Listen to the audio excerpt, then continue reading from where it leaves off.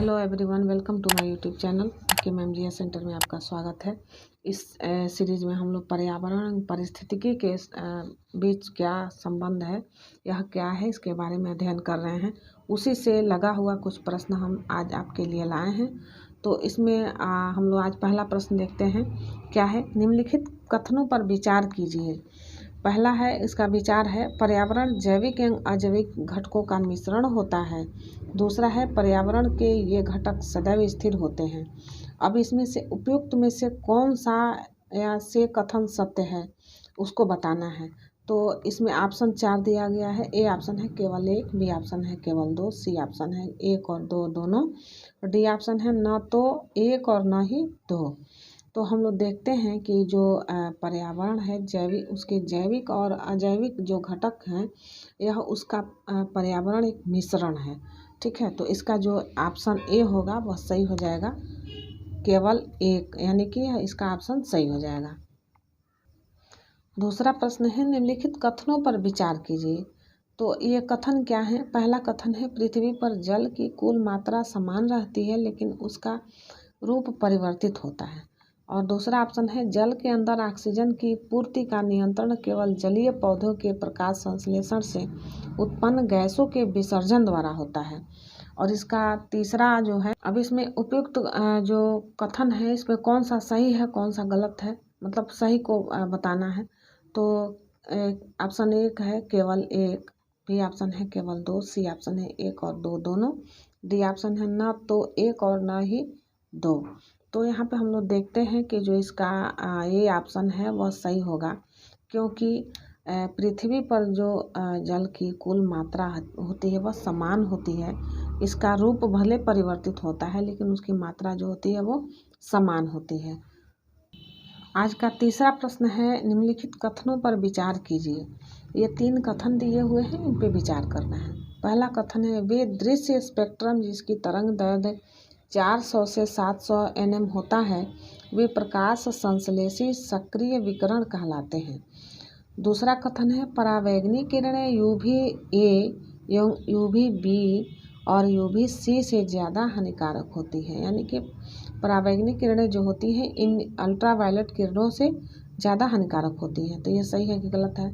तीसरा है, क्षोभ मंडल में अवस्थित ओजोन परत द्वारा परावैंगनी विकिरण का अवशोषण होता है। तो इस तीनों कथन में कौन सा कथन सत्य है? तो इसका जो उपयुक्त कथन है इसमें से कौन सा सही है उसको बताना है।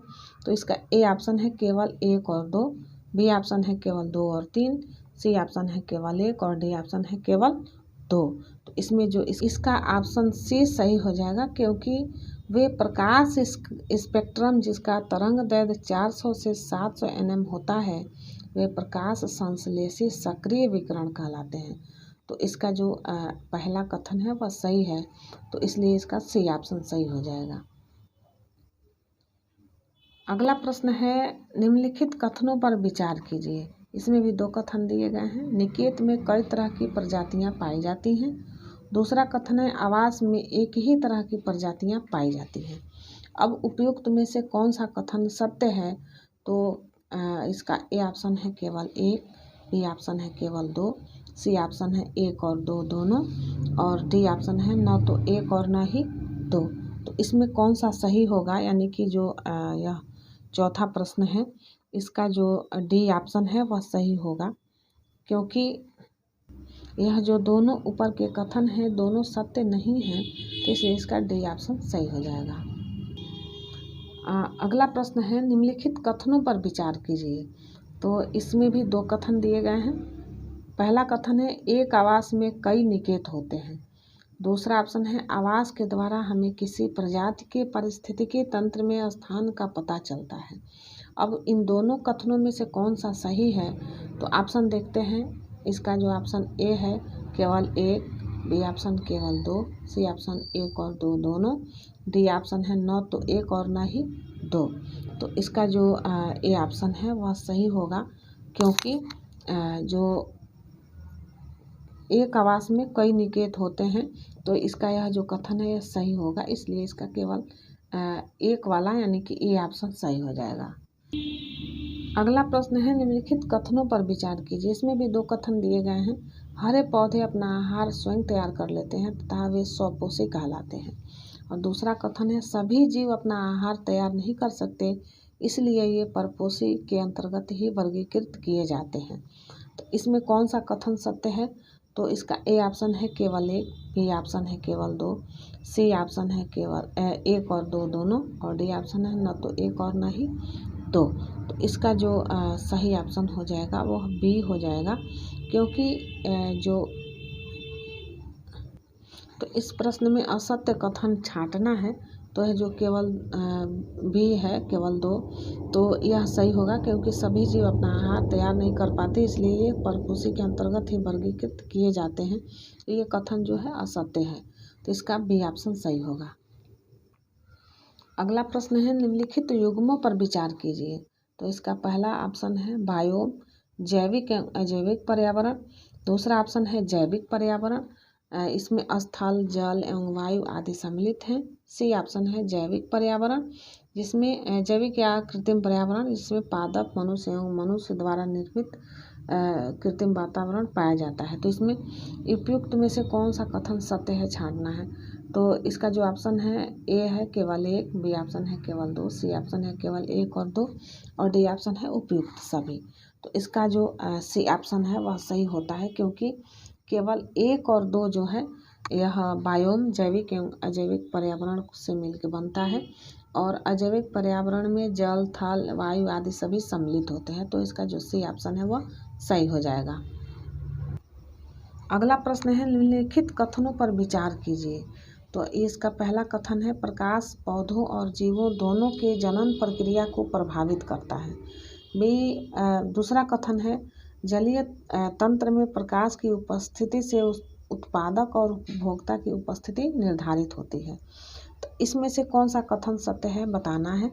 तो इसका ए ऑप्शन है केवल एक, बी ऑप्शन है केवल दो, सी ऑप्शन है न तो एक और न ही दो, और डी ऑप्शन है उपयुक्त सभी।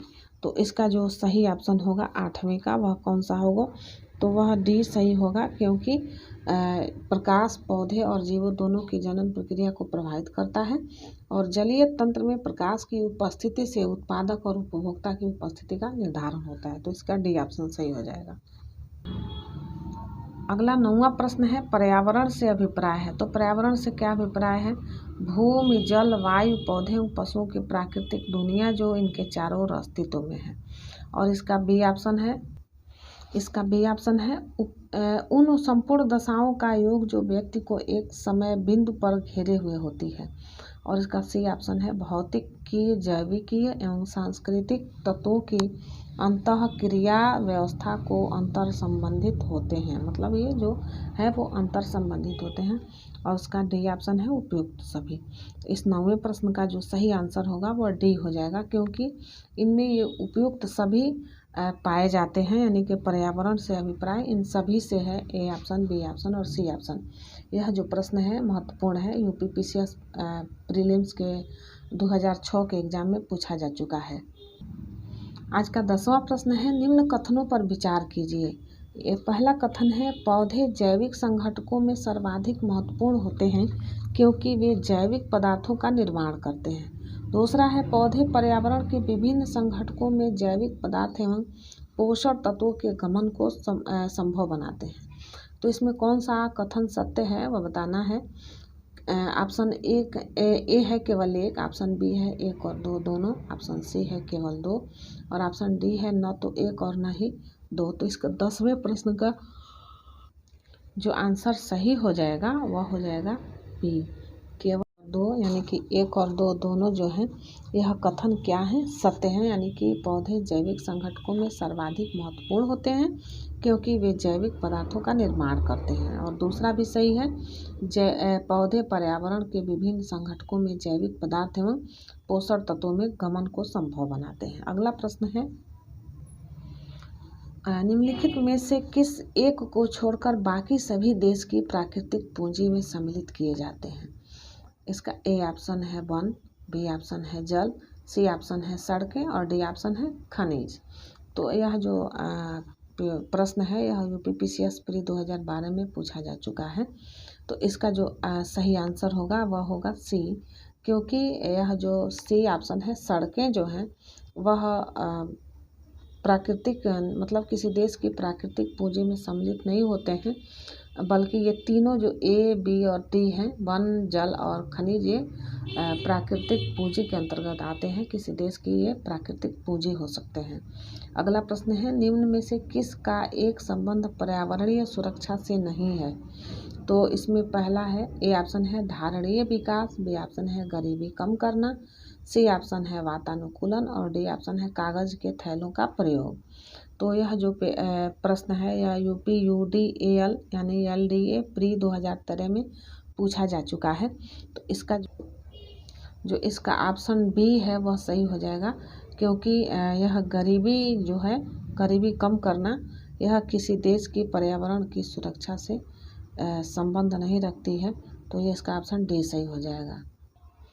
आज का 13 नंबर का प्रश्न है, विश्व पर्यावरण दिवस कब मनाया जाता है? यानी मनाया जाता है कब? पहला ऑप्शन है 1 दिसंबर को, बी ऑप्शन है 5 जून को, सी ऑप्शन है 14 जून को और डी ऑप्शन है 15 अगस्त को।